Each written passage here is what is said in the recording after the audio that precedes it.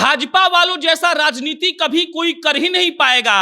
और भाजपा की PR team इतनी बड़ी और इतनी मजबूत है जिसका सामना आरजेडी तो छोड़िए, कांग्रेस नहीं कर पा रही है। और यही खबर आपको आज हम समझाएंगे कि कैसे सांसद लोग लाइन में लगकर एक 25 साल के लड़के का स्वागत कर रहे थे और जिसको लोग कहते हैं पंडित धीरेंद्र शास्त्री।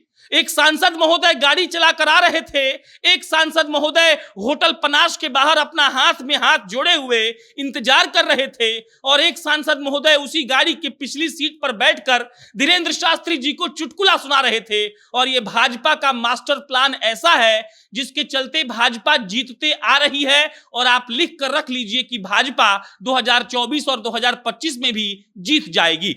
ऐसा मत समझिएगा कि हम कोई बायस्ड होकर आपको ये सब बता रहे हैं, मेरे पास तर्क है और आप ध्यान से सुनिएगा। पंडित धीरेंद्र शास्त्री का विरोध जिस तरीके से बिहार में हुआ, लग रहा था मानो आरजेडी वाले पंडित धीरेंद्र शास्त्री को घुसने नहीं देंगे। और उसके बाद सुबह सुबह 8 बजे पंडित धीरेंद्र शास्त्री पटना एयरपोर्ट पर लैंड करते हैं तो सबकी आंखें खुली की खुली रह जाती हैं।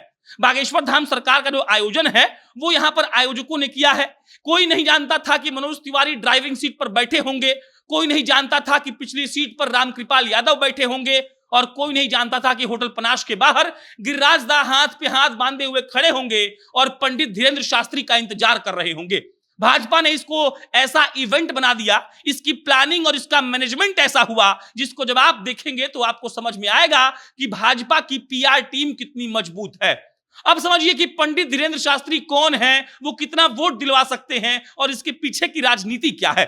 देखिए, पंडित धीरेंद्र शास्त्री कोई सांसद नहीं है।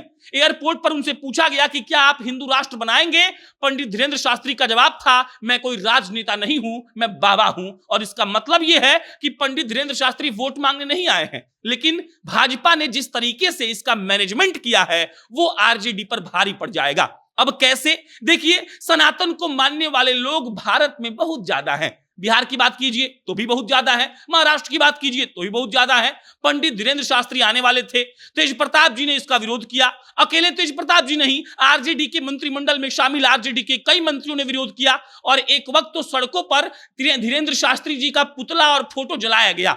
लग रहा था कि धीरेंद्र शास्त्री पटना एयरपोर्ट पर उतरेंगे और भारी विरोध होगा। लेकिन भाजपा का मैनेजमेंट देखिए, मनोज तिवारी मुस्कुराते हुए गाड़ी चला रहे थे और जब मनोज तिवारी से पत्रकारों ने पूछा कि भाई साहब आप खुद ही गाड़ी चला रहे हैं, तब मनोज तिवारी कहते हैं कि बिहार में कोई आया है तो स्वागत करने के लिए कोई चाहिए ना।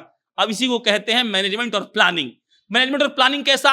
मतलब ये कि जब चुनाव प्रचार में नरेंद्र मोदी, अमित शाह और भाजपा के दिग्गज नेता 24 और 25 में घूमेंगे तो वो इसकी याद दिलाएंगे। आप लिख कर रख लीजिए कि वो कहेंगे कि जब कोई प्रदेश में बाबा आता है तब भाजपा का सांसद ड्राइवर बनकर उसका स्वागत करता है और फिर तालियों की गड़गड़ाहट के साथ वोट का ट्रांसफर होगा। और आरजेडी यहीं पर चूक गई।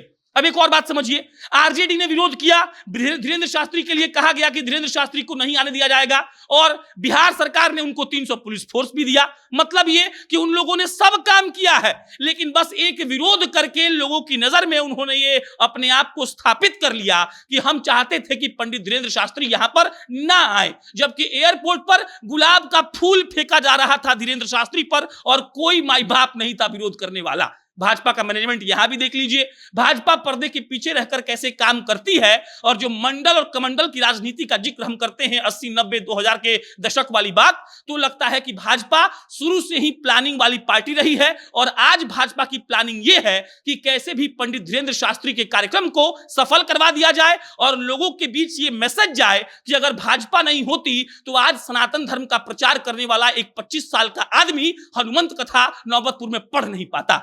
अब इसको क्या कहिएगा? मैनेजमेंट कहिएगा। ये मैनेजमेंट भाजपा को 24 और 25 में कितना काम आएगी आप देख लीजिएगा। आप देखिएगा कैसे धीरेंद्र शास्त्री के नाम पर वोट ट्रांसफर होंगे। और देखिए, राजनीति में सब जायज होता है। आज जो जिसको गाली दे रहा है कल उसकी पार्टी में शामिल हो जाता है। लेकिन पंडित धीरेंद्र शास्त्री ना किसी पार्टी में जाएंगे, लेकिन भाजपा उनका इस्तेमाल कर लेगी और यही भाजपा को जिता देता है। और यही आरजेडी जैसी जो पार्टियां होती हैं जो सेकुलर पार्टियों के नाम पर अपना भट्टा बैठाती हैं, वो हार जाती हैं। बाकी आपका विचार क्या है कमेंट बॉक्स में लिख के बताइएगा। मेरा नाम प्रशांत राय है। हम फिर जल्दी किसी नई खबर के साथ मिलेंगे। बहुत बहुत धन्यवाद।